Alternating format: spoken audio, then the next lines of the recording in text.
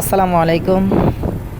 আজকে মাওনা ২ নম্বর সেমডি বাজারে একটি মর্মান্তিক দুর্ঘটনা ঘটে। একটি বড় গাড়ি অটো রিকশাকে পিছন থেকে ধাক্কা মারে। রিকশায় ৩ জন লোক ছিল, তারা খুবই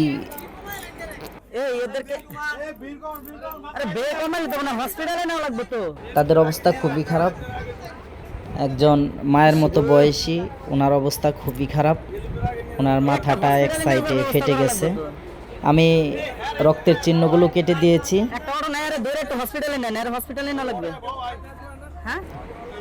গাইডলাইনে নিষেধ।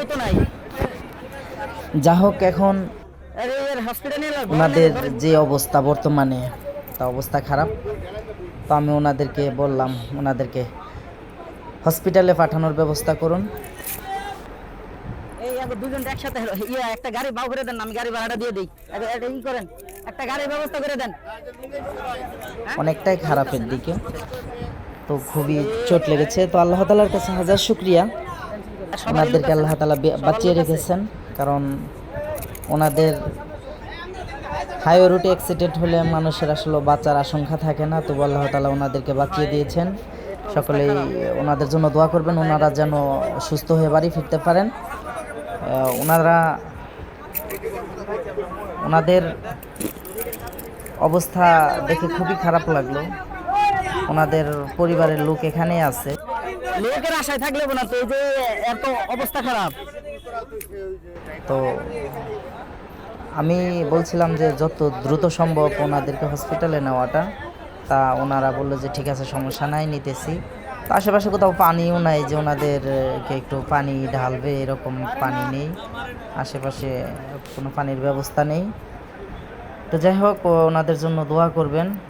এই ছিল যে অটো রিক্সাটি পিছন থেকে ধাক্কা মারে, পরে অতঃপর গাড়িটি এখানে পিলারের সাথে বেজে পড়ে অতঃপর ওনারা খুবই ব্যথা পায়। এবং আমি সবাইকে জিজ্ঞেস করলাম কিভাবে ঘটনাটা ঘটেছে। পরে ওনারা বলল যে পিছন থেকে গাড়ি ধাক্কা মেরে চলে গেছে। তো যা হোক, রাস্তাঘাটে আপনারা যারাই চলবেন, আর অটো ড্রাইভারগুলো এগুলো হাইওয়ে রুটে গাড়ি না চালানোই বেটার। আমি যতটুকু মনে করি, অটো রিক্সাগুলি যদি হাইওয়ে রুটে না চলে সেটাই ভালো হবে। কারণ অটো রিক্সা এদের চলাফেরাটা একটু তেমনটা সুবিধাজনক নয়, কারণ তারা লাইসেন্স প্রাপ্ত না। তারা শুধু ইনকামের ধান্দায় আর পেটের দায়ে ওনারা রাস্তায় আসে। সবাই সেফ থাকবেন, কেমন?